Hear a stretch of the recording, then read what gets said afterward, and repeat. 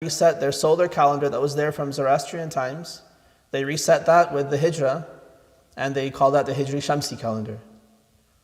So if it's 1444 on this Hijri Qamari calendar, they say it's 1402, because the solar year is a little longer, just like we know, 365 days for a solar year, and 354 days, 11 days shorter for the lunar year. And so every year, the lunar calendar is going to be moving forward, and the solar calendar is remaining behind because it's going slower. So 1444 years have gone on the lunar calendar, but only 1402 years have gone on the solar calendar.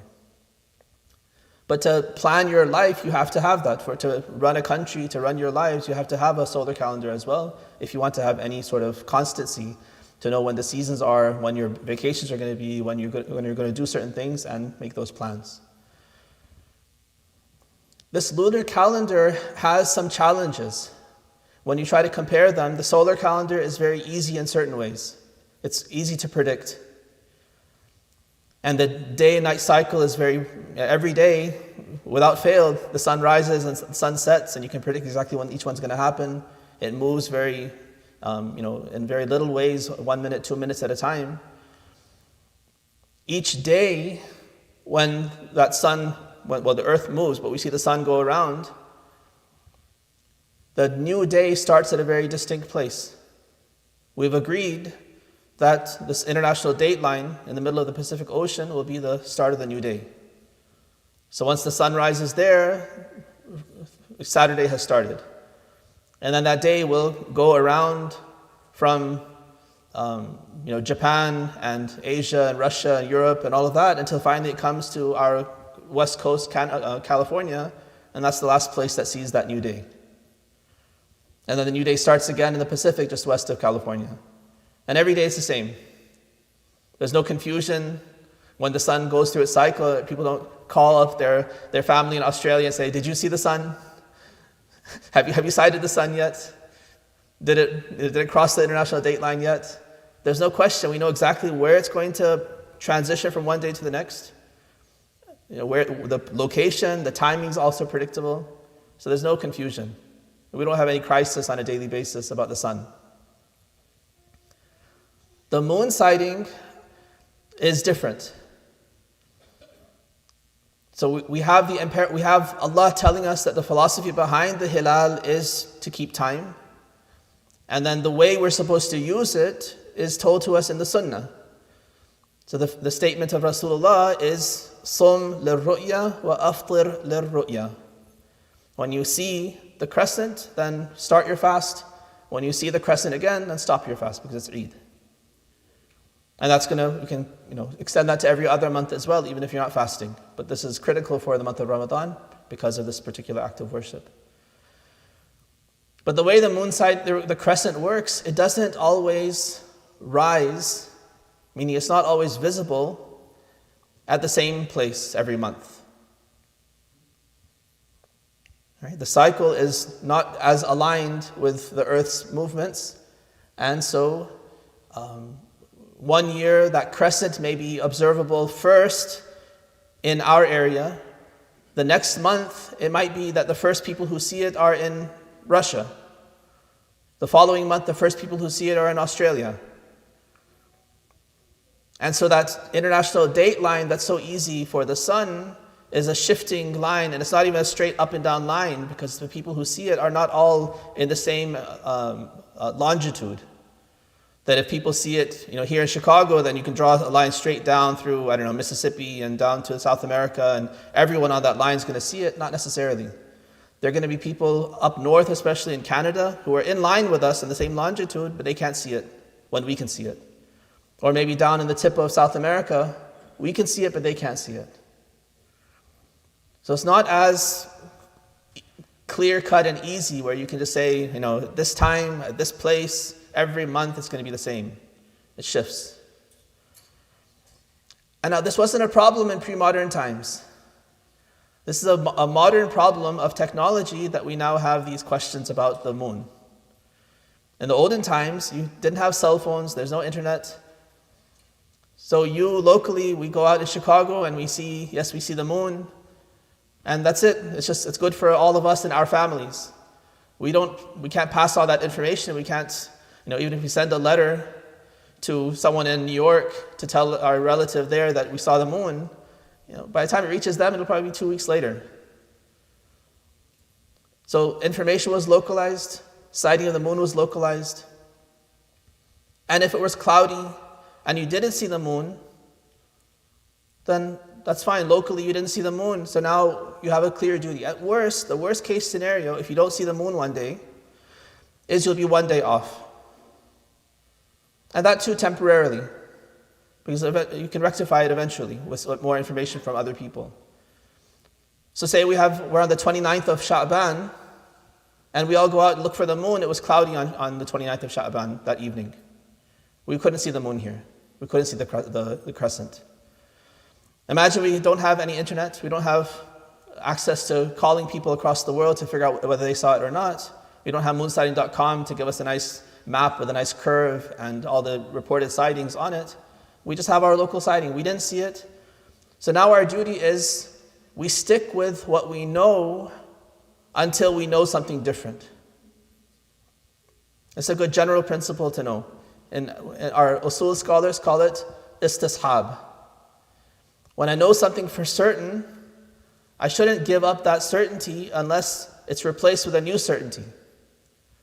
I should carry along. Istishab comes from suhba and sahaba, these kinds of words of companionship. So for instance, the textbook example is if I did wudu, right? I did wudu this morning, so I know that's the case. I remember distinctly that I did it. Now I can't remember, did I break it since then? I can't remember if I used the bathroom or not. I can't remember if I did this or that breaks my wudu. So I have certainty that I did wudu. I have uncertainty whether or not I broke it. What do? You might say, well, you might as well take a precaution and go ahead and do it again. But you don't have to. This principle of istishab says, you have certainty, keep the certainty with you. And you're perfectly justified now praying your prayer with that wudu you did before, because you have no knowledge that you broke it since then. Right? So there's an inertia with certainty. The phrase of Imam Ja'far as-Sadiq alayhi salam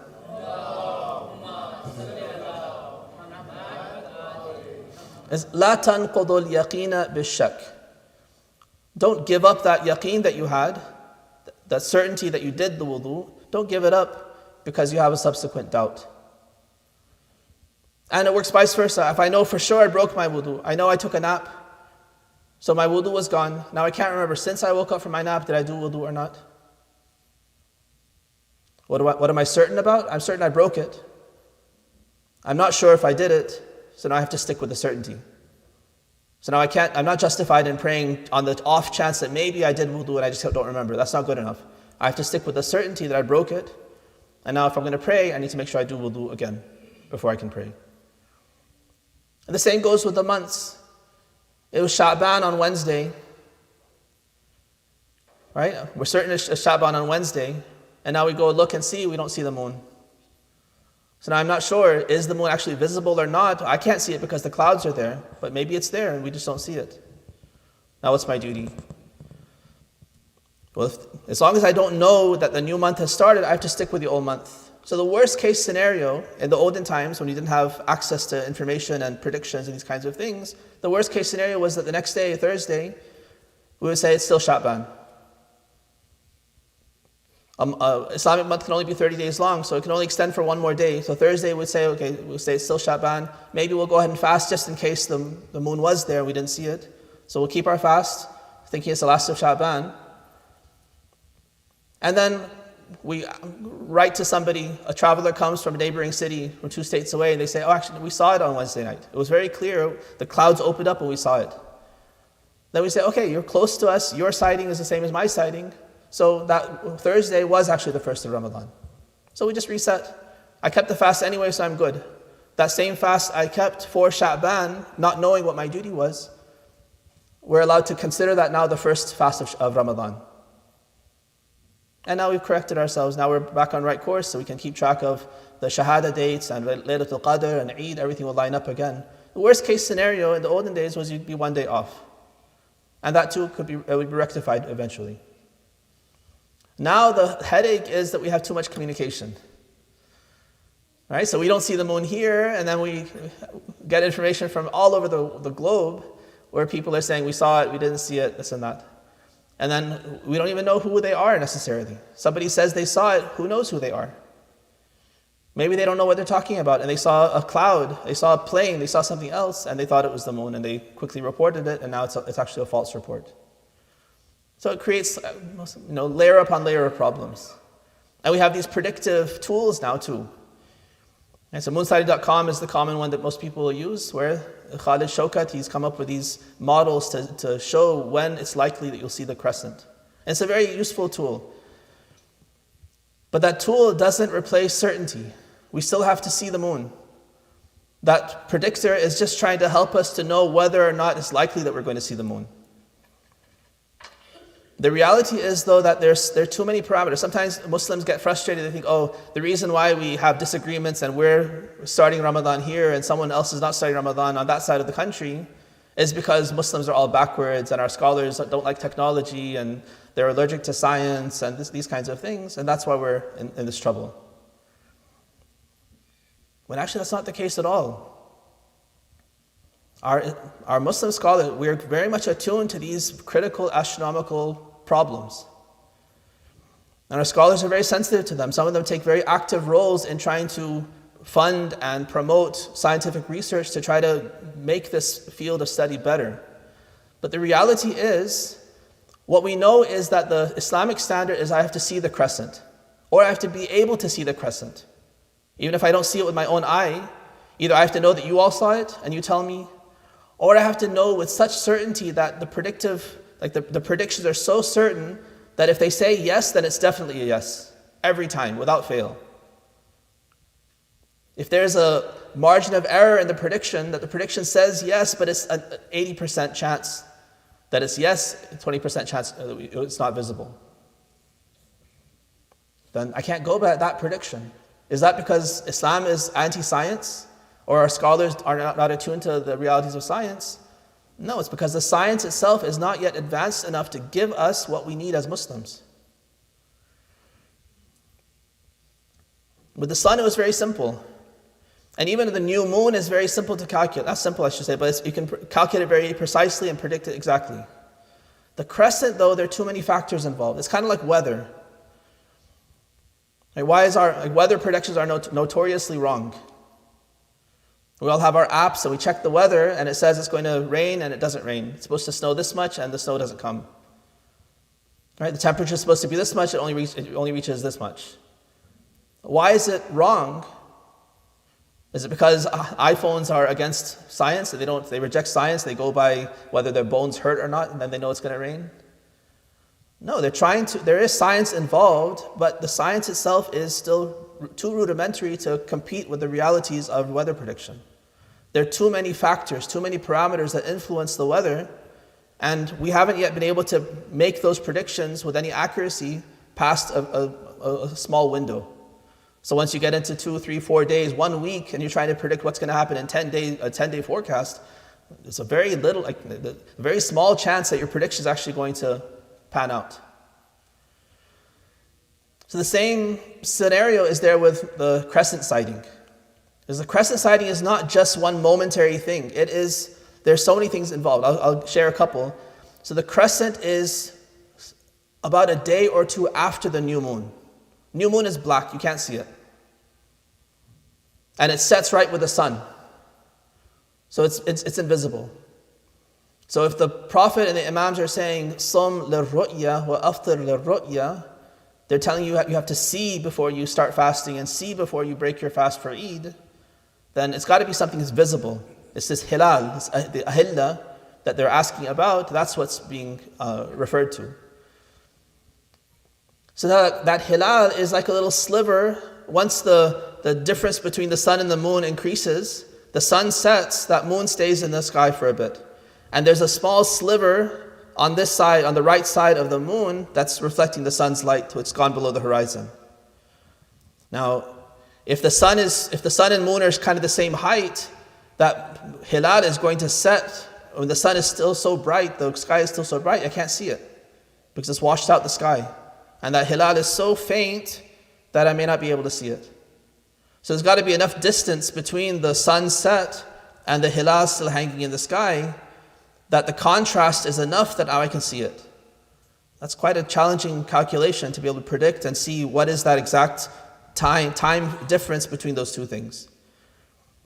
Then it's how long has it been since the new moon? When it was black, it was invisible. And then slowly, the difference, it changes so that slowly I can start seeing a sliver of that crescent. At some point, it's going to be so thin that I can't even see it. But as time progresses, it gets thicker and thicker, brighter and brighter, so now it's visible. That's why those who are closer to where the new moon was, they're not able to see it. But then as the moon gets older, meaning as you travel west, California always sees it, even if the rest of us can't see it. Why is that? Because in California, they're 2 hours behind us. So that means that the moon is now 2 hours older for them. That means it's bigger, thicker, so it's more visible. It's also now, there's more differential between the sun and the moon. So the sun sets and the moon's still in the sky, and it's brighter, so now there's a much higher chance that they'll see it in the west than that we'll see it in the east. So these are just two of the factors that you can think of. Atmospheric conditions. If there's a lot of moisture, then it magnifies. If it's very dry, it doesn't magnify. So magnification of the atmosphere will help you to see it more. So these are just three factors I mentioned, but there are other factors as well, and all these have to be calculated to see at what point will that crescent be seen. So we know what we want. We know for sure what the fatwa is, what has to be seen. The problem is trying to model that with scientific tools. That has not yet got to the level where we can rely fully on that calculation to be certain that if the calculation says yes, that we also see it. Now this month we were blessed.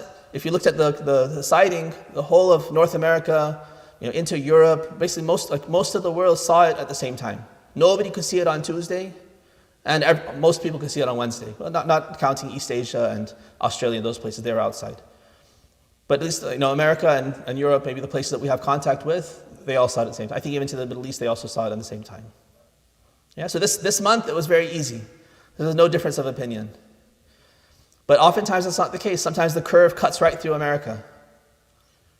And so California sees it, but now there's a question, maybe Chicago's on the border between this color and that color, and now you're not sure. You can't go based on the calculation. It's very pixelated. If you ever look at those curves, it's not like a fine curve. It's pixelated, so you don't know if you're on this side or that side. You may or may not see it. So until the predictive tools become good enough, we can't put all of our reliance on that. What does the fatwa say? The fatwa of the Maraj says that if the tools are predictive to the point where it gives certainty, meaning that whenever it predicts that you're going to see it, you definitely see it. Whenever it predicts you're not going to see it, you definitely don't see it. If there's that one-to-one correlation without fail, then go with it. Then it's just like our prayer times. Our daily prayer times, we don't have to stick a stick in the ground anymore and see when does zawal happen, when is the shadow the least. Because we have the predictive tools that very accurately tell us when zawal comes. And we don't feel like we have to go verify it. We can, we should, as an experiment, as an experience, but we can rely on our calculations for the daily prayers with high confidence. So when the calculations for the crescent reach that level, then we can go with it. It was funny, a few years ago, I had some colleagues in Dearborn when I lived there. They actually went to, I think it was the Naval Astronomy Lab in the DC area. So they went and talked to these people who are creating these predictions and involved in this on a daily basis as professional physicists and astronomers. And they learned from them, and then they told them that in the Muslim community, Muslims tend to put a lot of emphasis and they rely on your calculations. When you predict, we trust it. And they laughed. They said, why? We don't trust our own calculations. We're trying to get there, but these are estimates and we have margin of error. How can you be so certain when we have a margin of error that says that we're not even fully certain? Yeah, so my point is that sometimes we're hard on ourselves, we're hard on our scholars, we're hard on the Muslim dynamics, thinking that there's something wrong with Islam or scholars, when in reality, that's not the case. There might be problems on those fronts as well. There's ignorance, there's There are people who give fatwa who are not qualified to give fatwa. There are people who don't follow the Ahlul Bayt who give fatwa. So those problems might be there as well. But even in an ideal world, you're not going to have a unified start of a month for the entire Muslim Ummah. It's impossible. You'll never have a line that's drawn perfectly in the ocean and not cutting across some landmass where it's populated. You're always going to have some people who see the hilal one day earlier and some who see the hilal one day later, even in the ideal world. And so you're always going to have a split, and the split doesn't mean anything. It's not a bad thing at all. That's just, Allah decided to use the hilal as the standard in His wisdom, so we go with it. Our duty is to go local. What can I see it with my own eyes? Have people in my community seen it? Do the predictors convincingly tell me that I should have been able to see it locally if the clouds hadn't been there? If those things are yes, then you start the new month locally. And don't worry about what people are doing east of you or west of you. They have their own duty. Let them make their own decision locally with their own local scholars, their own local knowledgeable people. But you make your local decision where you are with the help and the guidance of your scholars. Recite salawat ala Muhammad wa ali Muhammad. بسم الله الرحمن الرحيم إنا أعطيناك الكوثر فصل لربك وانحر إن شانئك هو الأبتر.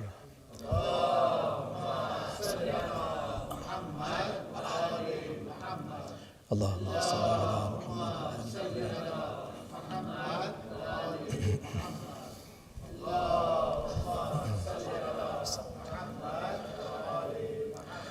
بسم الله الرحمن الرحيم الحمد لله رب العالمين والصلاة والسلام على أشرف الأنبياء محمد وعلى أهل بيته الطيبين الطاهرين.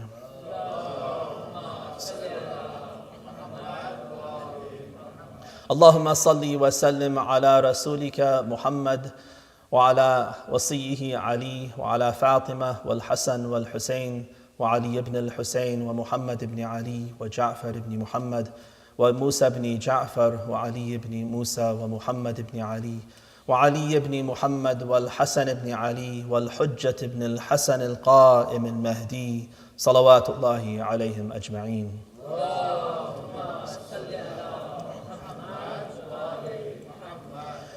أوصيكم بتقوى الله واتباع أمره.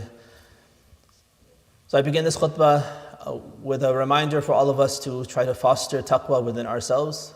We are now in this month of fasting, where Allah has told us that the main reason that He has commanded us to fast is لَعَلَّكُمْ تَتَّقُونَ.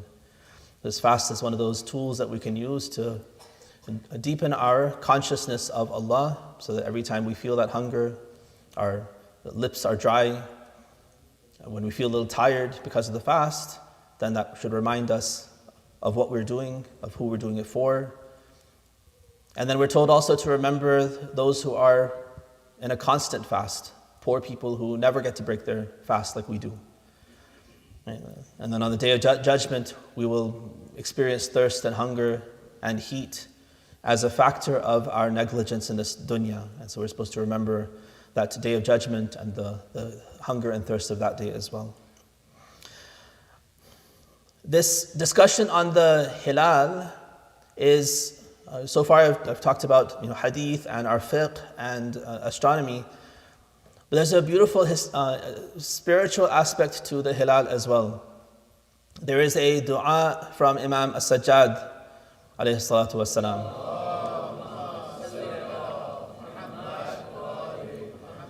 That he's narrated to us through the Sahifa Sajjadiyah. It's dua number 40, I think 41 or 42, 43. It's just before the one for the beginning of Ramadan and then the one for the farewell of Ramadan. So 43, 44, 45, these three are all connected to this month. So this dua for the hilal, it shows Imam Sajjad speaking to the moon as a fellow creature. He says, أيها الخلق المطيع الدائب السريع المتردد في منازل التقدير al-mutasarrifu fi falak at-tadbir. He's not talking to Allah, he's talking to the moon. As a fellow creature, as an obedient creature, he says, O obedient creature, speedy and untiring, frequenter of the stations that have been determined, moving about in the sphere of governance. Amantu biman nawwara bika dhulam. I have faith, I believe in the one who has lit up darkness through you. We're speaking to the moon. The moon is the light of the night. Nowadays we neglect it because we have so much artificial light.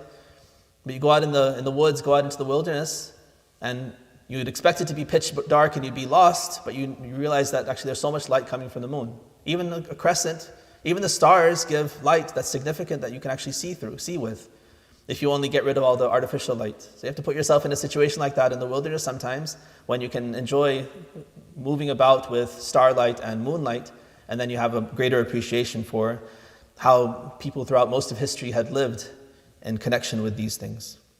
So I believe in the one who has made everything light through you.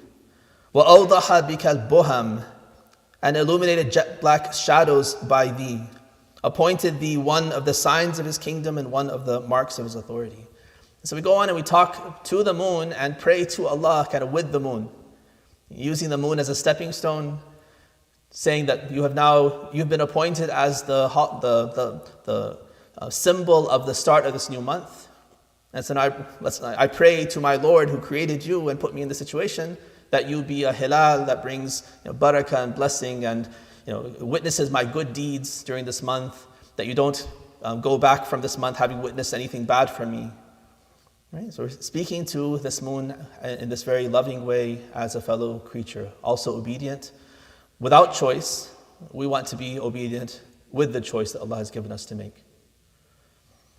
Allah, we ask you to shower your mercy and blessings on Muhammad and the family of Muhammad. Help us, Allah, to unify around the teachings of the Ahlul Bayt. Help us to learn more about our fiqh and our duties before you. Give us sincerity in all of our intentions. Help us to avoid anything that's going to detract from our nearness to you. Accept our fasts and whatever good deeds we're able to offer. Give us more tawfiq during this month. Give cure to the sick and clothe the ones who have no clothes. Feed those who have no food. And all of us who are impoverished before you, give us of your bounty. وآخر دعوانا أن الحمد لله رب العالمين بسم الله الرحمن الرحيم قل هو الله أحد الله الصمد لم يلد ولم يولد ولم يكن له كفوا أحد.